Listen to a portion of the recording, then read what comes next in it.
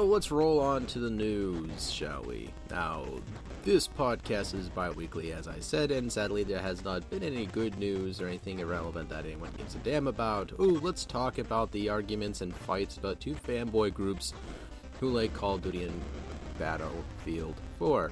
And let's roll on about that for 3 weeks, shall we? No one gives a fuck, I agree. So, okay, moving on.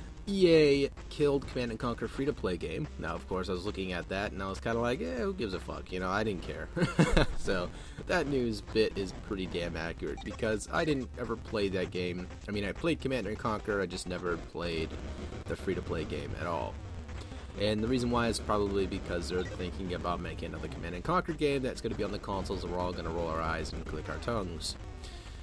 So, would you guys pay $50 for a Angry Birds game on a new console? Well, I didn't think so either, because this game ain't even going to come close to touching the hardware specifications for these new consoles. But anyway, people who are casual will buy these games for $50 and let us know how it is. Moving on. So the other reason why I was not able to post any news, because it's too busy on front tabloids and all this other things about drama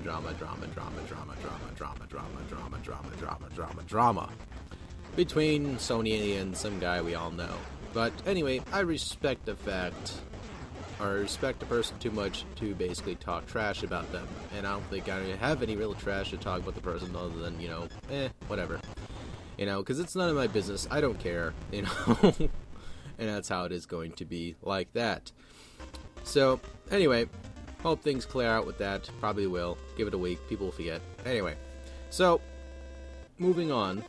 We got some sort of magical thing that always happens in gaming. That downtime before the storm, so to speak. When games come out of the woodwork, such as Batman Origins, which I do want to get that game, but I have to shamelessly have to finish Arkham City. I've got to a certain point in City and I just stopped playing because I got sidetracked along the way, and that's when the snowball effect happened. I totally forgot how to finish it, and I need to go around and actually complete the damn game. And plus, I got stuff I got to cover on my website anyway, www.thedailygamepad.com. Shameless plug, hold me. So, I can say this about gaming nowadays. It isn't necessarily because it's dried up. I don't think that the ideas are dead.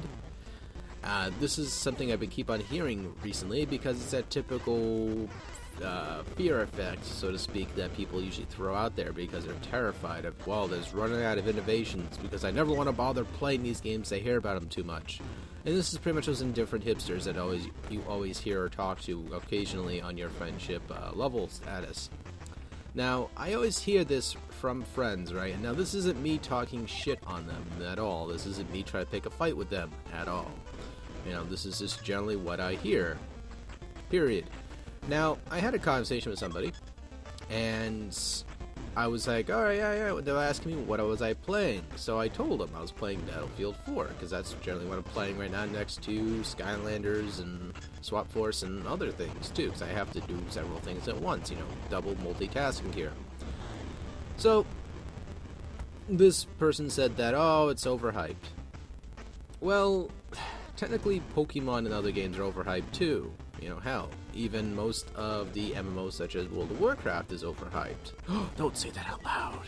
That's the shameful thing to say. Well, quite frankly, it's true. I mean, technically everything is overhyped. You know, that's generally how it is. I mean, it isn't like it's underhyped. It isn't like it's vogusly hyped. It's just everything is overhyped that has a brand name that everyone goes back to every week or every month or every year. You know, it isn't like there's nothing wrong with that. I don't see anything wrong with that at all. I mean, that just means it generally has a core demographic that people enjoy these said titles and come back for more. And, you know, with me, for example, Battlefield 4, I actually enjoy it a lot more than Call of Duty. I mean, Battlefield frustrates me, but that's a good thing. That means that there's something about it I just want to solve or complete or achieve. Hopefully finding the perfect teammates I could play with daily, that'd be awesome too, but you know, you can't throw all your wish fish into a one barrel and expect to be the ultimate fisherman there. So, I digress. This is all I really wanted to talk about today. I mean, this podcast, I've been trying my damnedest to get it out weekly, bi-weekly, and sooner than ever, and it's just been falling back on track. I'm trying to get better news sources, and basically just trying to overall find stuff that's irrelevant to people, stuff that will actually seem interesting to folks. I'm not here to give you the same generic news everyone else is trying to give you. I'm not here to tell you about the graphics specifications of a new computer card or some video game, because quite frankly, I'm not here to tell you all that crap, because at the end of the day, I don't think you're going to rip open your console to look at the specifications. You're going to look at the damn game that comes with that console. I mean, that's what everyone does when they buy a console. Now, if you're so worried about what the graphics are in the video game, such as like the 720s and the 990p's, that don't matter to me. That don't mean shit less to me. It does not mean the quality of the game. If the game looks super sharp, oh, whoopie-doo, whoopie-shit, whoopie-doo. Oh, that's why people buy these consoles with new upgraded graphics. Oh, that's not necessarily the case. Some people just buy them because the games look good. I mean, that's really what people watch most of these VMAs for, and all these, I said VMA, didn't I? Dirt! These video game award shows, or these teaser shows, or whatever else, just to watch for the games. They say, oh yeah, it's the console, looks like ass, looks like a toaster, looks like George Foreman's asshole, but where's the games? You know, that's basically what everyone always looks for, especially with the Wii conference, or the Wii U conference, excuse me. However, there was lack thereof. At least there are coming out with a couple good games for the 3DS as well as the Wii U coming soon. Yeah, but Wind Waker HD came out. Bitch, get out of my face.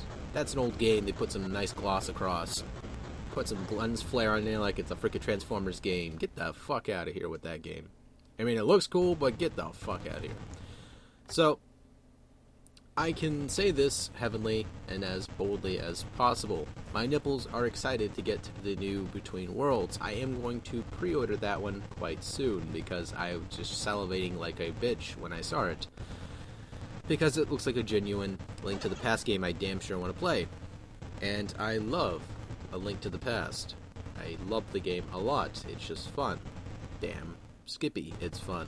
So, alright. With that bared in mind, that's all I really wanted to truly talk about this time.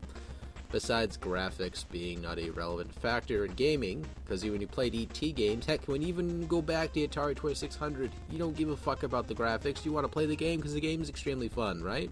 That's all there is to it. It's because the game's fun. This is because of graphics. If you got all these young kids thinking that way, they're going to grow up thinking that graphics are important. Most of them kind of do.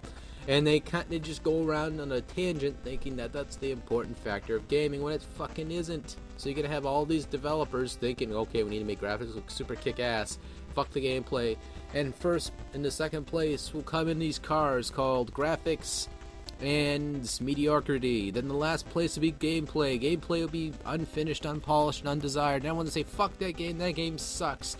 Why do I even give a fuck about that game? And this, of course, will look at games such as Colonial Marines, and we'll roll our eyes and click our tongues again and go, fuck, why did I have to ride that hype train?